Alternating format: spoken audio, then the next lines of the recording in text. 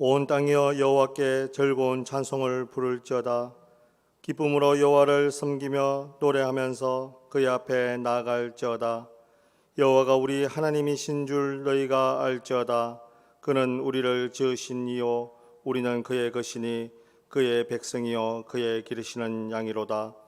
하나님은 영이시니 예배하는 자가 영과 진리로 예배할지니라. 아멘. 존귀하신 하나님, 수많은 역사의 질곡 속에서도 우리 대한민국을 지켜주시고 평화가 넘치는 나라로 세워주심에 감사를 드립니다. 전쟁의 폐허를 듣고 일어서게 하신 하나님, 다시 한번 그 크신 사랑과 은혜를 이 나라에 베풀어 주옵소서. 그리하여 온 백성들이 하나님의 은혜를 깨닫고 삼위일체 하나님께만 섬기며 제사장의 나라로 세워 주옵소서.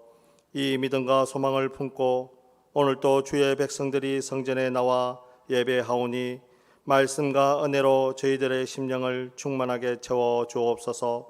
예수님의 이름으로 기원하옵나이다. 아멘.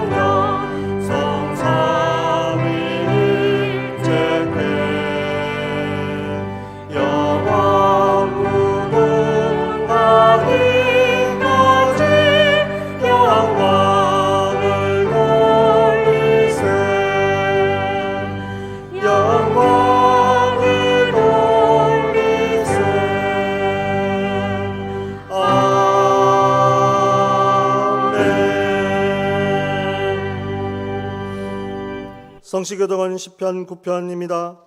너희는 시온에 계신 여호와를 찬송하며 그의 행사를 백성 중에 선포할지어다.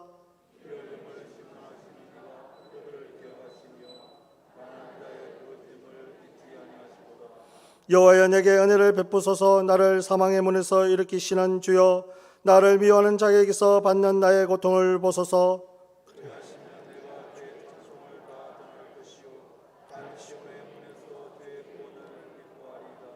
아멘. 나는 전능하신 아버지 하나님, 천지의 창조주를 믿습니다. 나는 그의 유일하신 아들 우리 주 예수 그리스도를 믿습니다. 그는 성령으로 잉태되어 동정녀 마리아에게서 나시고 본디오 빌라도에게 고난을 받아 십자가에 못 박혀 죽으시고 장사된 지 사흘 만에 죽은 자 가운데서 다시 살아나셨으며 하늘에 오르시어 전능하신 아버지 하나님 우편에 앉아 계시다가 거기로부터 살아있는 자와 죽은 자를 심판하러 오십니다. 나는 성령을 믿으며 거룩한 공교회와 성도의 교제와 죄를 용서받는 것과 몸의 부활과 영생을 믿습니다. 아멘.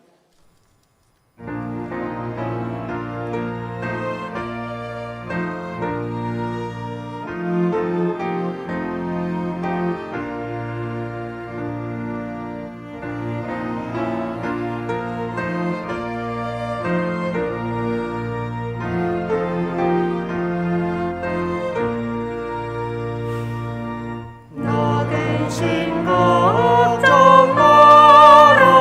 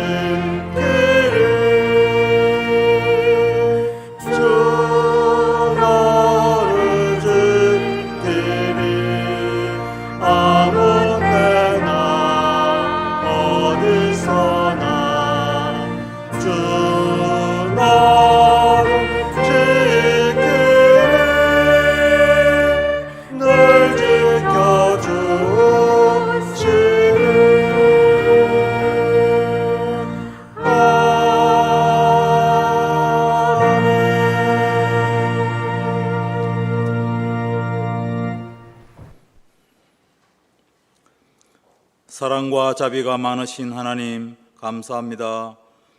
저희를 사랑하시되 독생자 예수 그리스도 십자가에 달리시고 죽음 당하시기까지 구원의 선물을 주신 은혜를 감사드립니다. 그 은혜에 보답하는 삶, 거룩한 삶을 살아야 함에도 온전한 제자의 삶을 살지 못했습니다. 용서해 주시고 긍휼을 베풀어 주옵소서. 역사를 주관하시며 이 세상을 통치하시고 언약의 말씀 따라 행하시는 하나님께 간구합니다. 고통의 코로나 사태가 모든 이들을 힘들게 하고 좌절케 하고 있습니다. 오직 하나님만이 구원의 산성이심을 믿습니다. 광야의 이스라엘 백성에게 길을 인도하시고 만나와 메추라기를 먹이시고 불기둥 구름기둥으로 인도하신 하나님을 의지합니다. 하루속히 마음껏 찬양과 경배를 드리고 온전한 예배가 드려질 수 있도록 주님 은총 내려 주옵소서. 6월은 호국 보훈의 달, 나라를 위해 희생된 선열들의 피가 헛되지 않도록 이 나라가 바른 길 갈 수 있도록 주님 이 땅을 지켜 주옵소서. 대북 제재와 지혜의 고난의 행군으로 북한 동포들은 큰 고통을 받고 있습니다. 자유와 인권, 신앙의 자유가 보장된 땅으로 회복되게 하옵소서. 문창재단을 사랑하시는 주님, 구원의 방주와 지역사회의 등불이 되고 든든히 서가는 주의 재단으로 회복시켜 주옵시고 상처받은 영혼을 위로하여 주옵소서.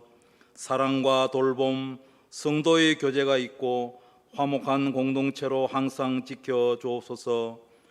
제한된 예배 생활에 너무 쉽게 적응하고 합리화한 저희들입니다. 성령님께서 우리 삶의 전 영역이 깨어나고 신앙 향상을 위해 몸부림치는 간절함이 있도록 기도의 영을 부어 주옵소서. 하나님께서 깨닫게 하시기 위해 저희들 이 고통 속에 있게 하신 줄 믿습니다. 엘리야처럼 하나님의 세미한 소리를 들을 수 있는 은혜를 내려 주옵소서. 아무것도 할 수 없는 위기의 이 시대에 주님께서 같이 하사 마음의 평정심과 고요함을 주셔서 고난의 시절을 기도의 시간으로 능히 이기게 하옵소서. 성도님들의 사업과 직장, 학업과 취업의 문이 열리게 하시고 주님 영광 위에 모든 일을 진행케 하옵소서. 우리의 연약한 것, 모자란 것 주님 아시오니 우리의 발걸음을 인도하시고 이 시대의 두려움을 물리칠 수 있는 말씀은 주님 말씀뿐임을 알기 원합니다. 구원의 즐거움을 회복시켜 주시고 자원하는 심령을 주사 우리를 붙들어 주옵소서. 슬픔을 당한 가정이 있습니다. 유족을 위로하여 주시고 평안을 회복하게 하옵소서. 육신의 고통으로 병상에 계시는 환우들 회복의 은혜를 주셔서 예배에 나올 수 있도록 주님의 손으로 치유하여 주옵소서. 소유와 누림의 기초적인 신앙에서 더 많은 것을 내려놓고 깨어지고 포기하는 성숙한 신앙인이 되기 원합니다. 주님께서 세우신 주의 사자께서 말씀 선포하심을 기다립니다. 은혜 받고 세임 얻는 귀한 시간 되기 원합니다. 성령님 함께하여 주옵소서. 시온 찬양대가 합주단과 함께 경배와 찬양을 올립니다. 수고하시는 손길에 주님 은혜로 갚아주시옵고 홀로 영광과 경배를 받으시옵소서. 우리의 구세주가 되시고 부활의 소망 되시는 예수님 이름으로 기도드립니다. 아멘.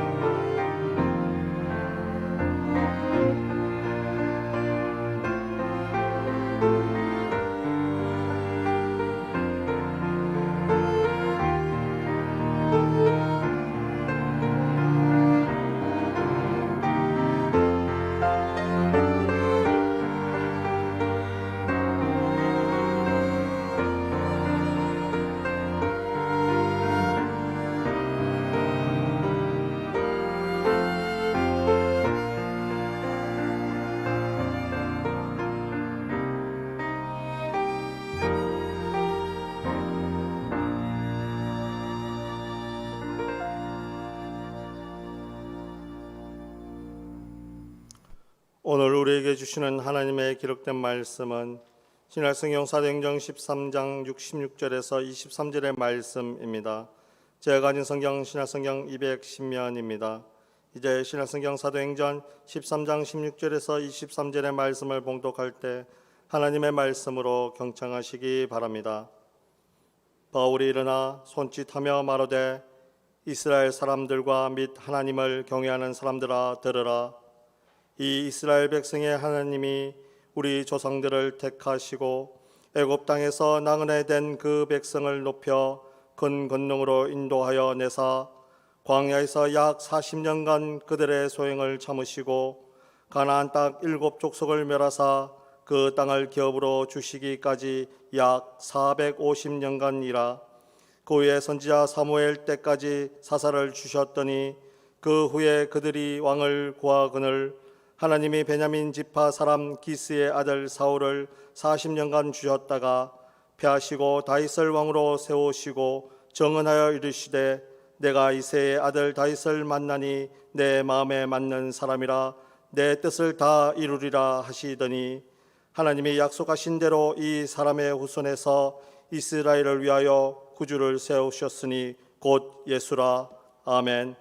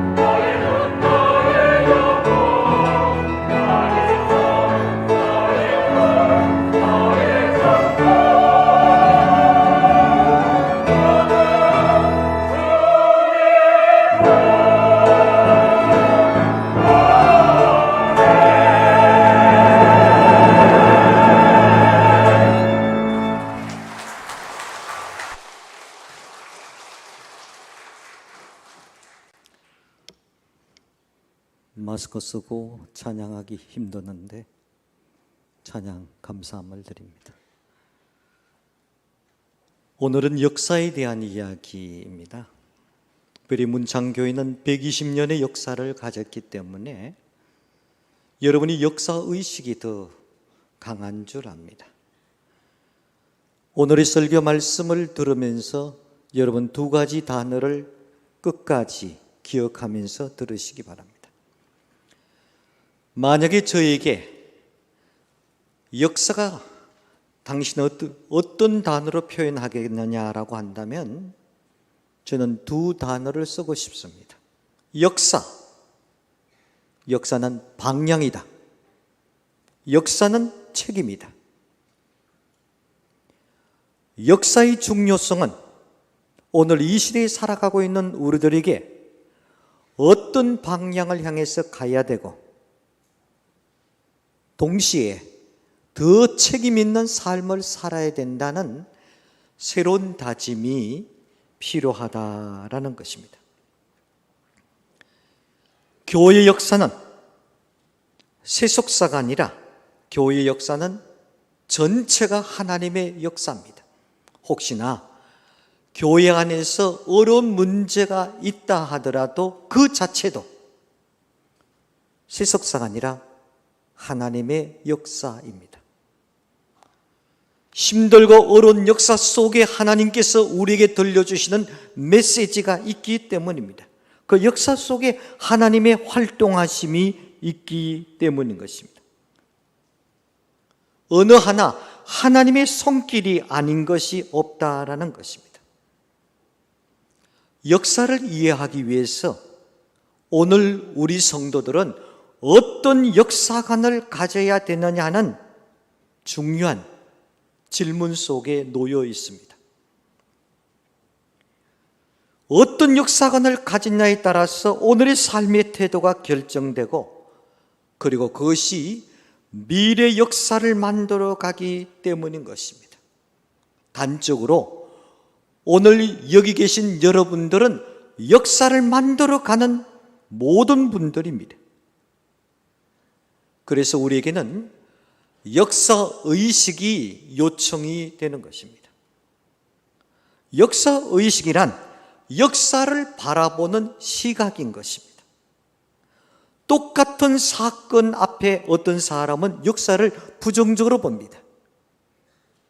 또 어떤 사람은 역사를 긍정적으로 바라보는 것입니다. 어떤 역사의식을 가졌느냐? 역사를 바라보는 자세가 오늘 나의 삶의 태도를 결정하고 결국 그것이 내 인생의 미래를 결정하고 교회의 미래도 결정이 되는 것입니다.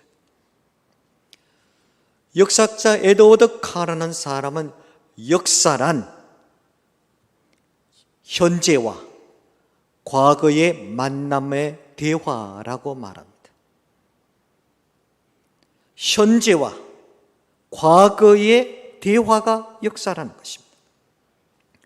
120년 전의 그 역사, 오늘 현재와 우리가 만나는 것입니다. 오늘 주보 주기철 목사님에 대한 첫 번째 내용이 나갔습니다. 과거 역사를 현재에 만나는 것입니다. 역사를 이해하기 위해서는 현재에서 과거, 현재에서 과거의 사건을 다시 만나면서 미래를 바라보는 것입니다. 역사란 더 나은 내일, 더 발전된 미래, 더 살기 좋은 세상으로 나아가고자 과거와 현재가 대화하는 것입니다. 그런 의미에서 많은 사람들이 역사를 거울로 표현하기도 하는 것입니다. 거울이 뭡니까? 거울을 보면서 현재의 내 모습을 보는 겁니다. 그리고 보다 나은 미래를 향해 나갈 수 있기 때문인 것입니다. 보편적으로 사람에게는 네 종류의 거울이 있습니다. 첫 번째는 늘 여러분들이 보는 수원 거울이 있습니다. 화장을 합니다.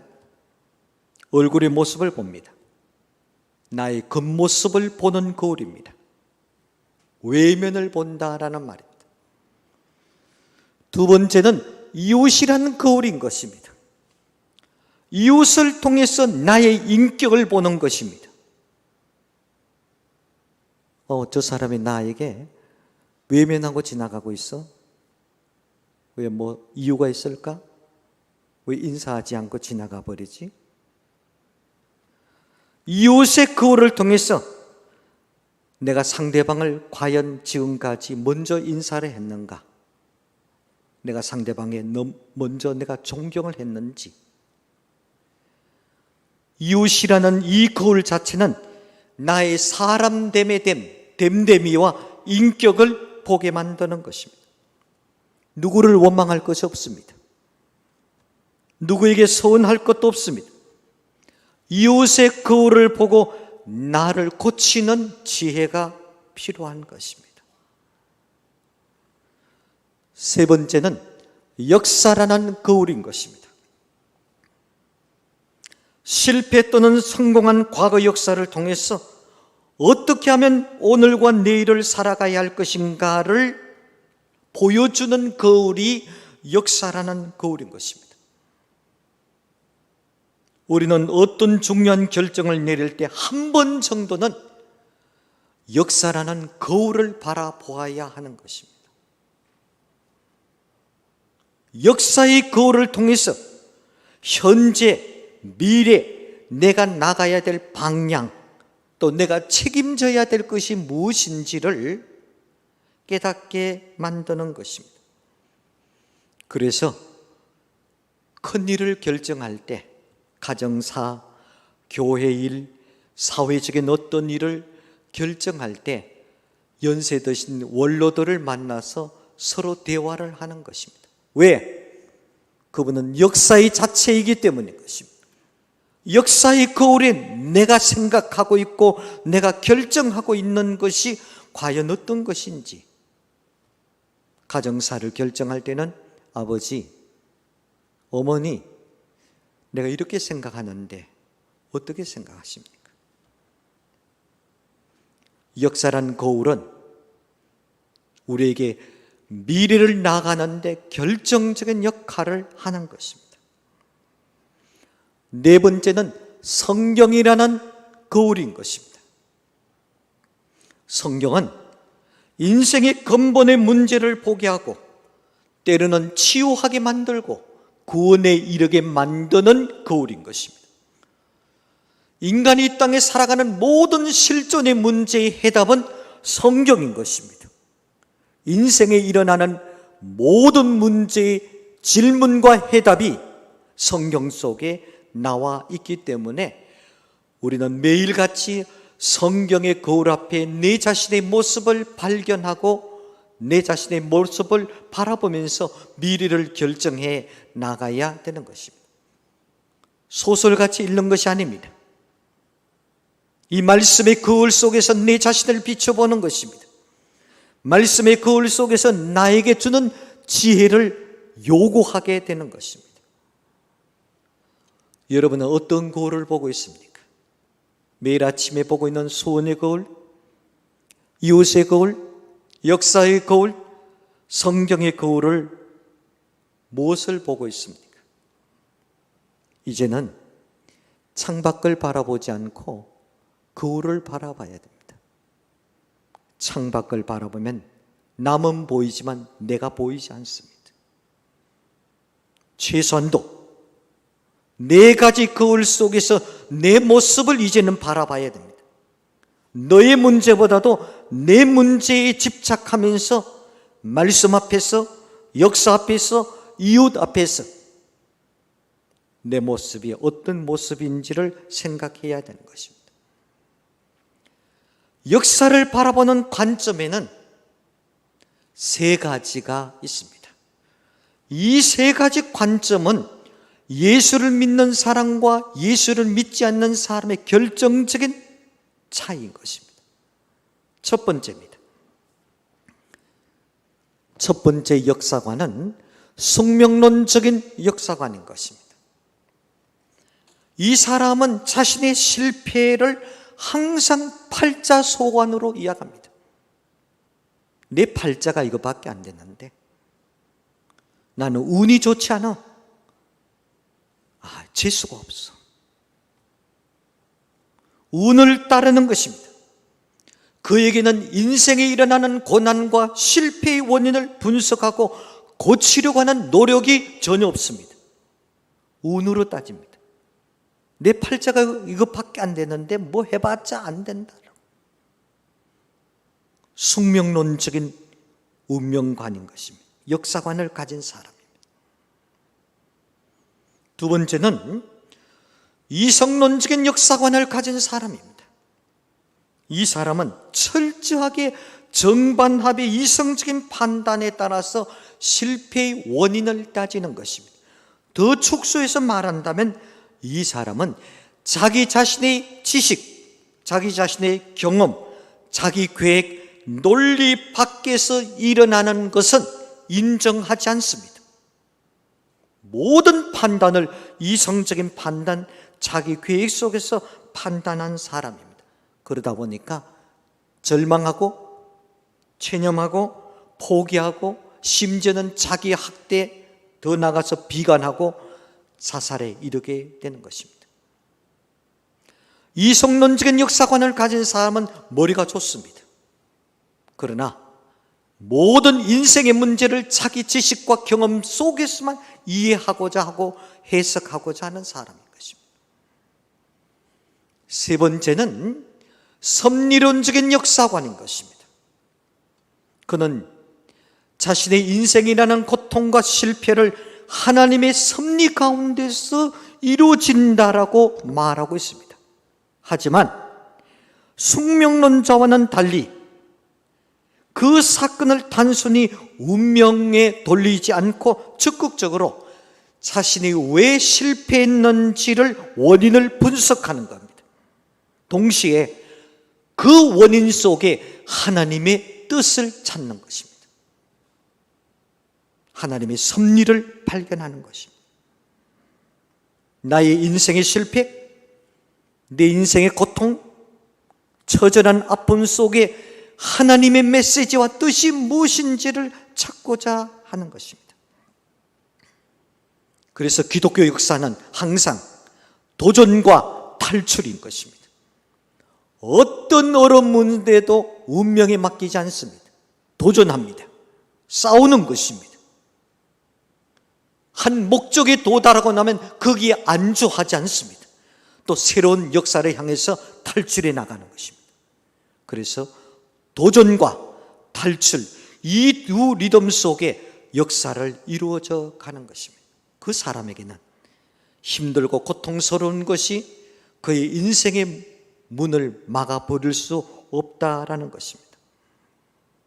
제가 설교 지난번에 말씀드린 대로 그 사람에게는 원인과 이유를 묻지 않고 늘 하나님의 뜻과 하나님이 나에게 주시는 의미가 무엇인가를 찾는 사람입니다. 그렇기 때문에 인생에 일어나는 실패와 고통의 원인을 찾는 사람, 하나님의 메시지가 뭘까? 하나님이 나에게 주시는 뜻이 무엇인가를 찾는 사람에게는 주저앉을 수가 없는 것입니다. 여러분은 어떤 역사관을 가지고 있습니까? 예수를 믿는다 하면서 조금만 어려움이 있으면, 어려운 문제가 있으면 재수가 없어. 올해는 운이 안 딸리는 것 같아. 그렇게 이야기합니까?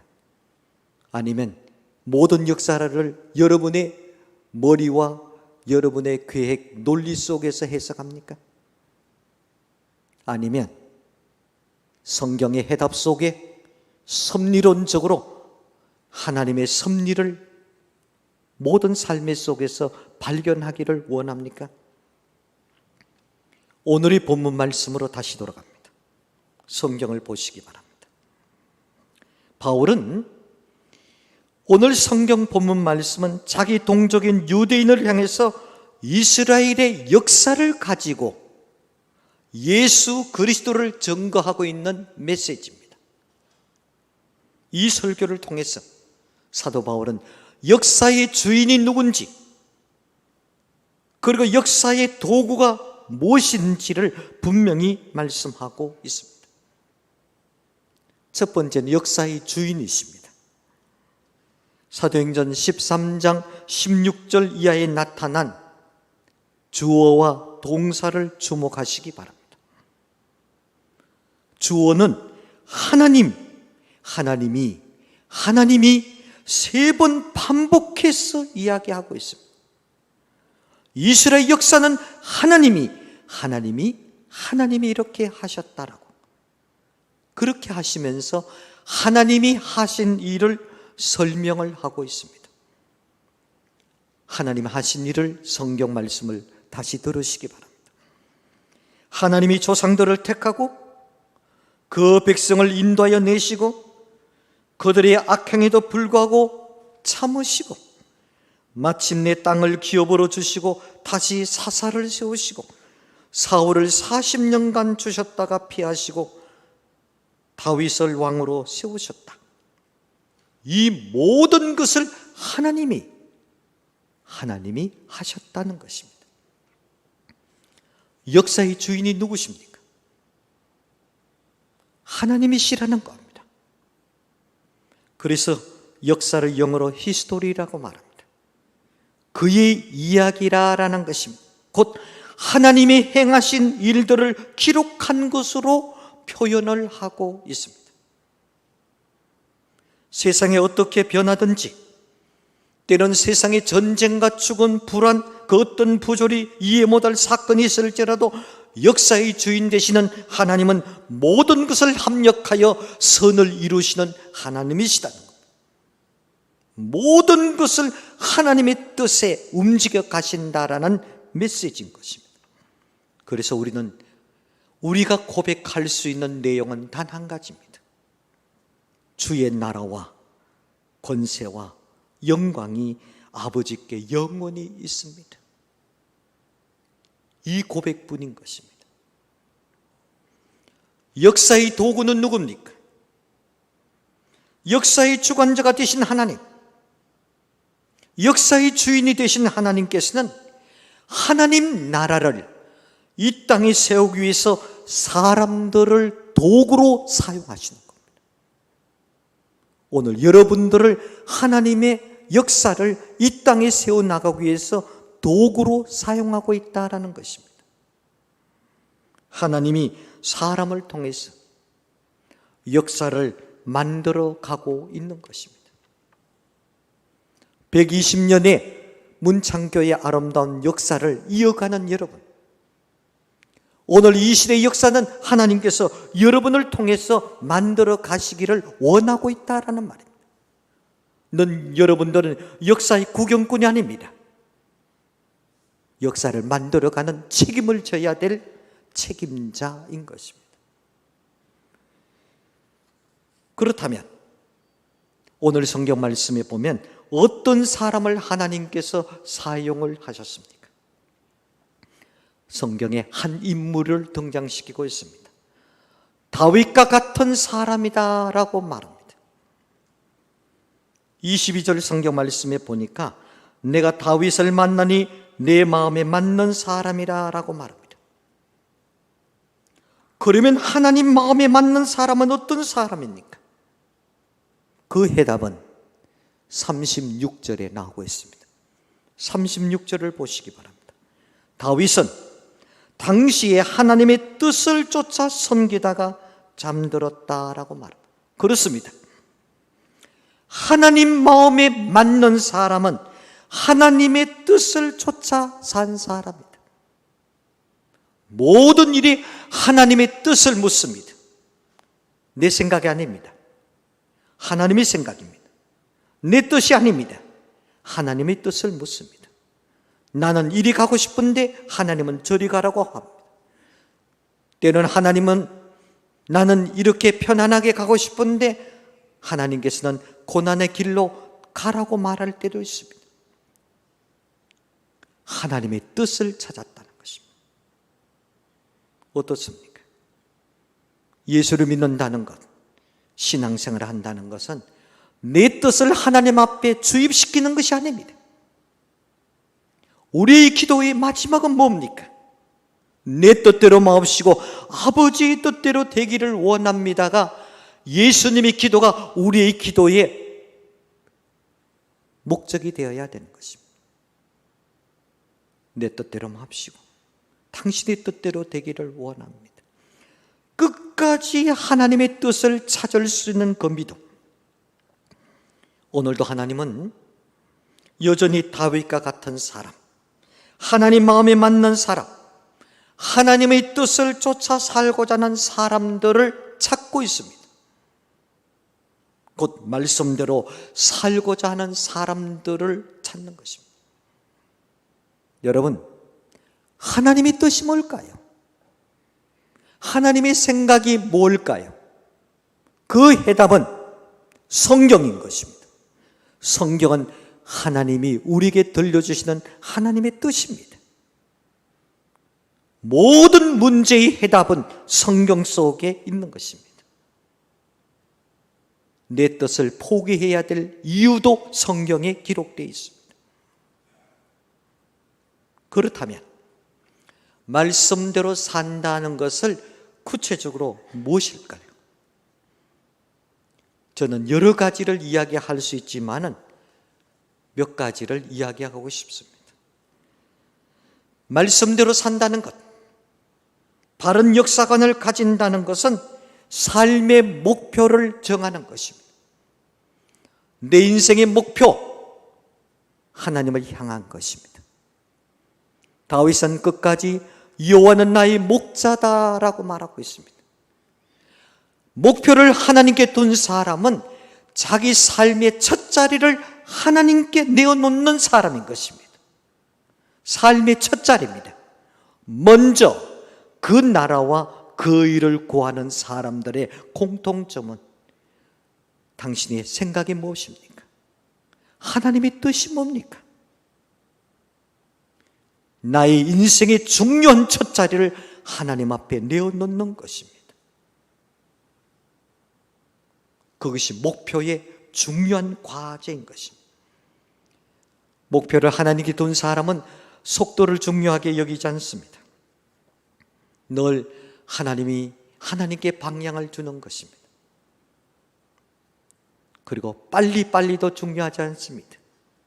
하나님의 뜻을 찾기 위해서 끊임없이 하나님의 뜻, 빠른 것이 아니고 바른 것을 원하고 있는 것입니다.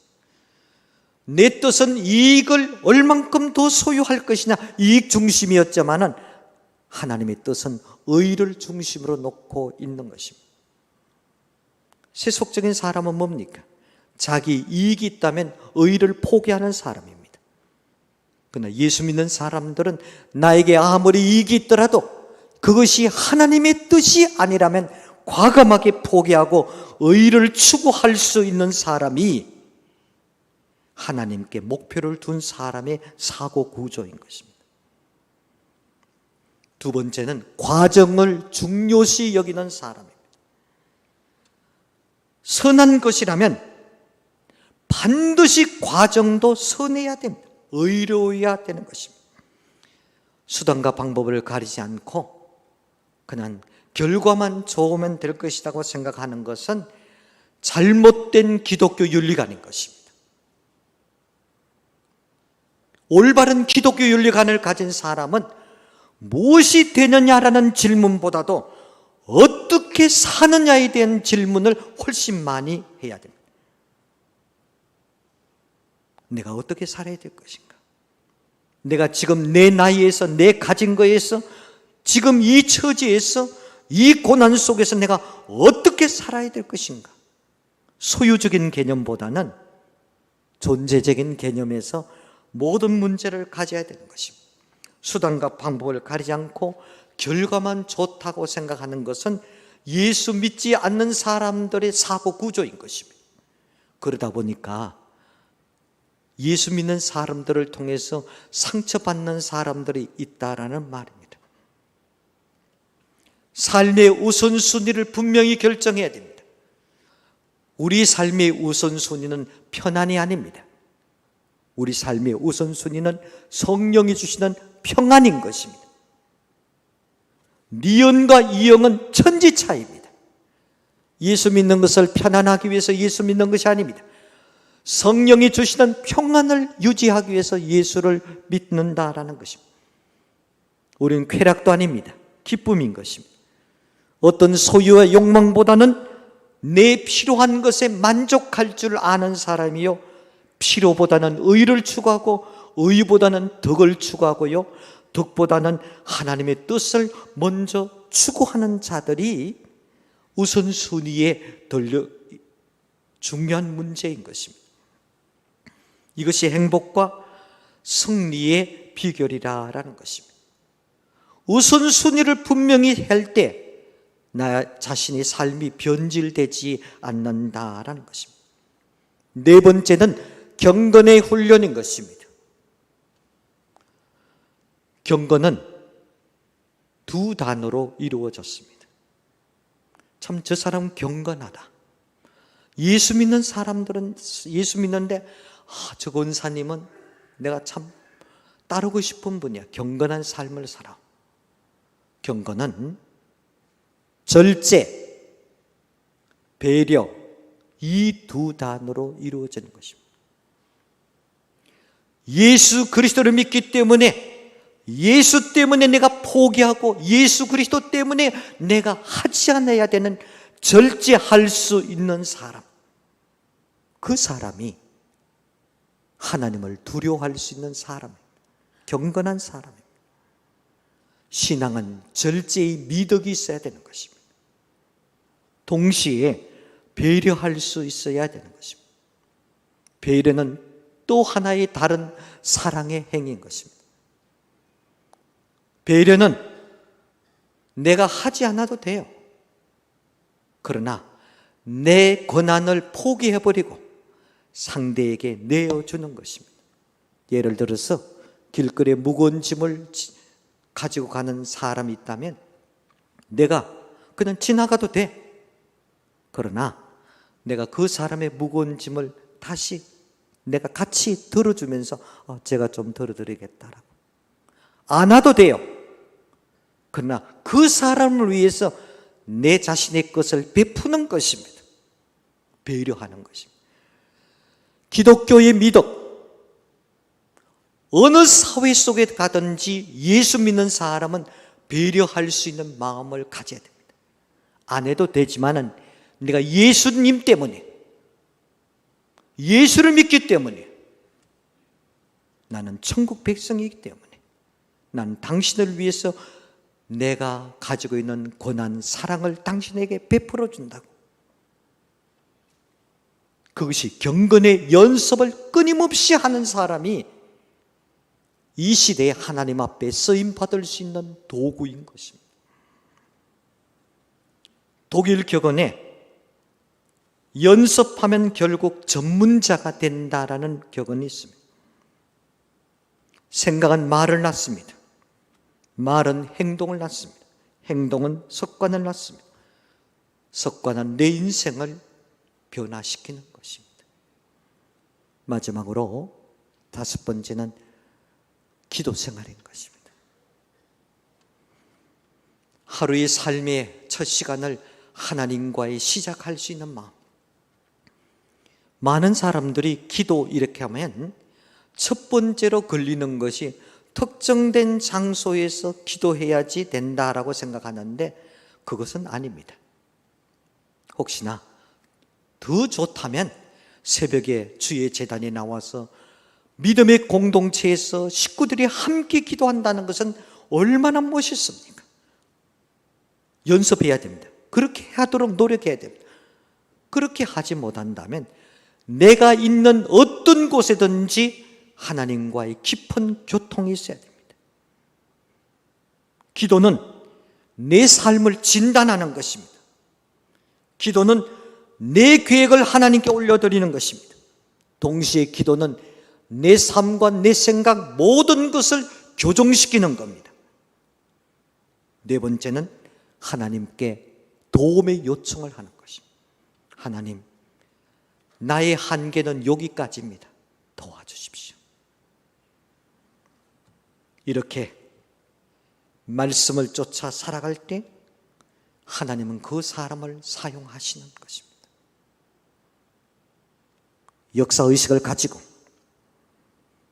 내가 자신이 이제부터는 무엇이 되려고 하지 말고, 무엇을 이루려고 하지 말고 먼저 하나님의 뜻을 구해야 되는 것입니다.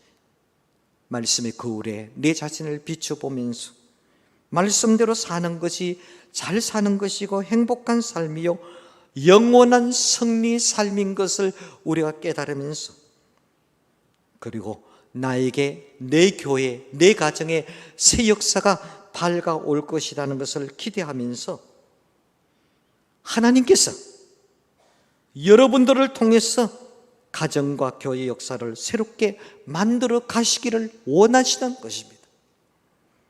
여러분 자신이 역사를 만들어 가는 존재인 것입니다. 이런 역사관을 가지면서 살아갈 수 있는 여러분들이 다 되시기를 바랍니다. 힘들고 어려울수록 주인은 하나님이십니다. 나는 끝까지 도구입니다. 그리고 도구가 쓰임받는 자로서 살아가는 여러분들이 되시기를 바랍니다. 오늘도 마무리는 우리 김병호 장로님께서 찬양을 해 주시겠습니다.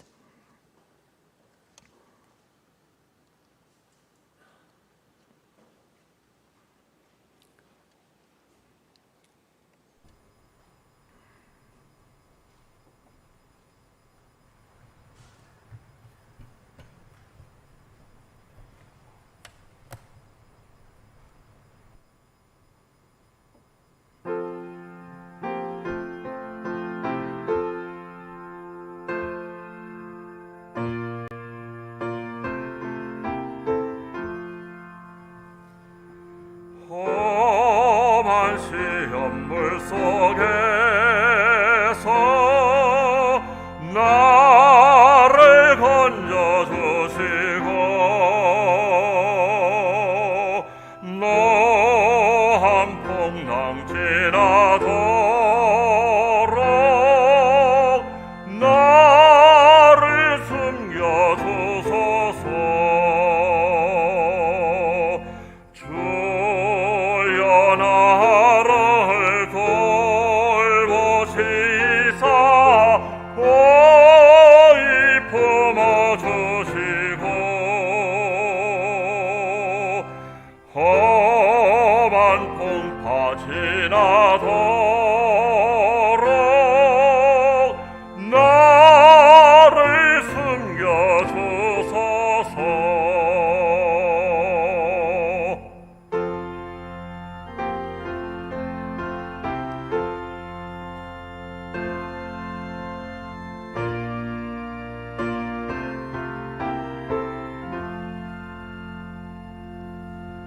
죄악 길에 빠진 이 몸 캄캄한 데 헤매며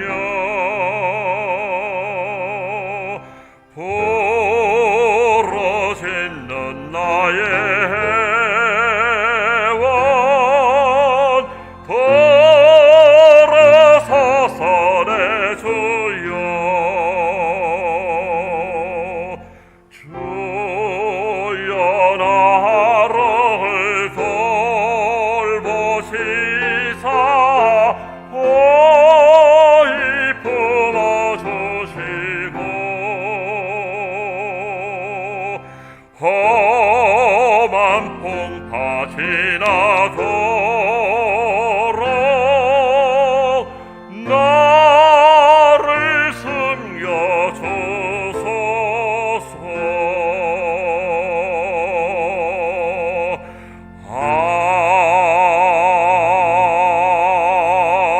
아멘.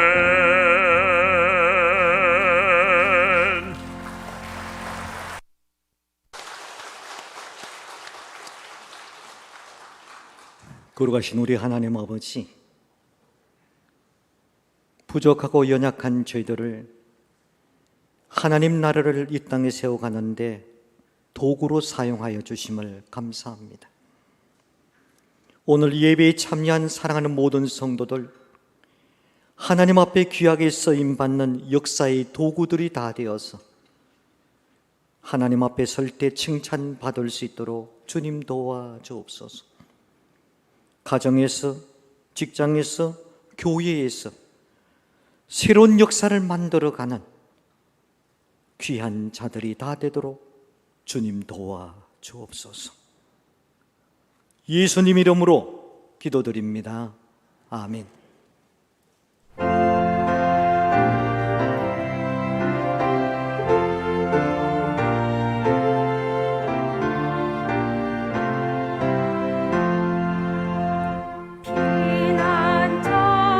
피난처이시니 환란을 당한 자 이리 오라. 땅들이 변하고 물결이 일어나 산 위에 넘치길 두렵잖네. 이방이 떠들고 나라들 모여서 진동하라. 우리 주 목소리 한 번만 말하면 천하의 모든 것 망하겠네. 만유의 하나님 우리를 도우니 피난처요. 세상의 난리를 그치게 하시니 세상의 장엄이 쓸데없네. 높으신 하나님 우리를 구하니 할렐루야. 괴로움이 심하고 환란이 극하나 피난처 되시는 주 하나님. 나의 몸아들이니 주여 받아주셔서 하늘 나라 위하여 주 뜻대로 쓰소서. 아멘. 역사의 중심이 되시고 역사의 모든 것들을 주관하시는 하나님 아버지 감사드립니다. 인간의 역사 속에서 정말 하나님만 찬양할 수 있도록 주여 도와주시옵시고 아버지께서 원하시는 그 뜻들을 찾아서 아버지께서 맡겨주신 모든 일들을 잘 감당할 수 있도록 주여 인도해 주시옵소서. 어려운 일이 생길 때마다 오로지 무릎 꿇고 주님 앞에 주님만 바라볼 수 있도록 주여 도와주시옵시고 주님의 이름을 부를 때마다 저희들에게 답을 해주셔서 무엇을 어떻게 해야 되는지 어디로 가야 될지 우리에게 알려주셔서 그 모든 어려운 것들 정말 핍박 속에서도 주님 길을 열어주셔서 오직 주님께서 원하시는 삶들을 살아갈 수 있도록 주여 도와주시옵소서. 오늘 은혜의 자리에 빈손으로 나오지 않고 작은 정성 주님 앞에 내어놓습니다. 쓰이는 곳곳마다 주님의 이름이 그곳에 정말 향기같이 날릴 수 있도록 주여 도와주시옵시고 아버지의 이름이 그곳에 정말 심을 수 있도록 주여 도와주시옵시고 또한 하나님 아버지 바친 손길 주님께서 기억하셨다가 모든 것들 주님께서 필요한 모든 것들로 채워주시옵소서. 오로지 주님만 영광 돌리는 시간 될 수 있도록 주여 도와주시옵소서. 예수님 이름으로 기도드리옵나이다. 아멘. 이 시간 교회 소식 전달하기 전에 오늘 새가족 등록하신 분이 계십니다. 김희숙 성도님 일어서 주시면 감사하겠습니다.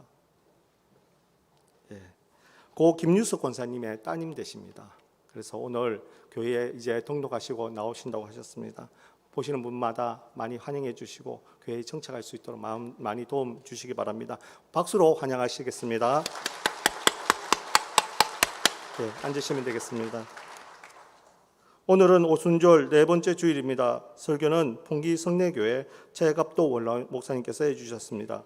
찬양해 주신 김병호 장로님께도 감사드립니다. 다음 주일은 오순절 후 다섯 번째 주일입니다. 설교는 신금철 목사님께서 해주시겠습니다. 모임입니다. 정기당회가 다음 주일 27일 2부 예배 후 당회실에서 있겠습니다. 2021년 문창교회 교사대학이 7월 3일 토요일 날 오후 1시 30분에 나사렛실에서 있습니다. 강사는 유기남 목사님 현 개성고등학교 교목실장이 되시는 분이 오셔서 세미나 해 주시겠습니다. 관심 있는 분들 또한 많은 참여 부탁드리겠습니다. 알림입니다. 상반기 회계감사가 7월 4일 주일까지 각 부서, 기관, 회계장부를 당회실로 제출해 주시기 바랍니다. 수요 예배 특송 많이 신청해 주시기 바라고 또한 주일 오후 예배는 가정예배로 드리시기 바랍니다. 교회 입구와 홈페이지에 순서지가 배치되어져 있습니다. 코로나19 극복을 위해서 기도해 주시고 주일 2부 예배 교방동 지역 스트렉스 차량 운행 봉사자를 모집하고 있습니다. 10시 30분에서 11시까지 운영해 주시면 되겠습니다. 많은 지원 부탁드리겠습니다. 이번 주일부터 주보 사면에 주기철 목사님 일대기에 대해서 약 20회 분량으로 연재를 하기 시작했습니다. 많이 참고해 주시기 바랍니다. 교우 소식입니다. 장례가 있었습니다. 고 최혜수 은퇴 권사님, 유진호 장로님 모친 되시고 김신정 권사님의 시모 되십니다. 6월 16일 수요일 날 발인했습니다. 위로에 감사드려서 떡을 준비하셨습니다. 나가실 때 하나씩 받아가시면 되겠습니다. 이사가 있었습니다. 한교원 안수 집사님, 김영희 비권사님께서 의창구 북면 감계 안에 에코 프리미엄 2차로 이사하셨습니다. 경남 장로합창단 제25회 정기연주회가 6월 26일 토요일 날 오후 7시 창원 성산 아트홀 대극장에서 있겠습니다. 저희 교회에서 출연하시는 분들이 계십니다. 그래서 많이 오셔서 축하해 주셨으면 감사하겠습니다. 교회 헌금 계좌 참고해 주시고 성경 100동 운동 박영경 원사님께서 이독해 주셔서 누적이 38독이 되었습니다. 많이 참석 부탁드리겠습니다. 또한 새벽 기도회 매일 성경 통독이 이루어지고 있습니다. 참고해 주시고 많이 참석해 주셔서 은혜의 시간 나누셨으면 좋겠습니다. 수요 예배 기도 순서 참고해 주시기 바랍니다. 이 시간 날 구원해 주신 감사 찬양 부르시고 최갑도 원로 목사님께서 축도하심으로 예배를 펴겠습니다.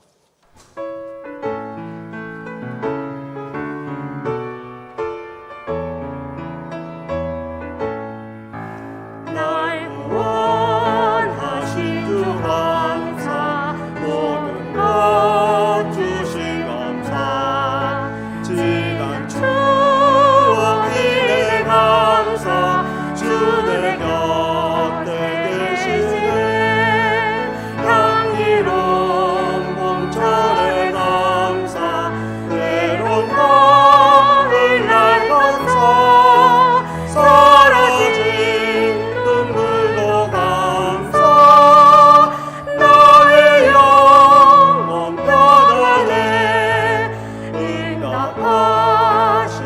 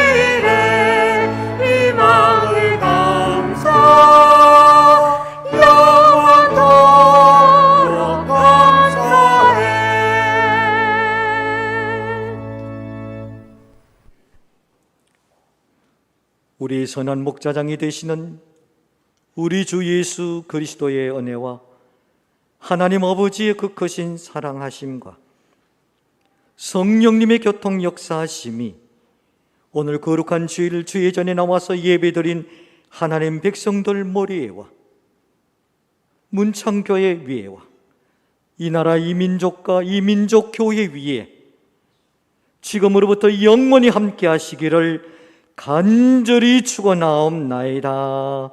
아멘.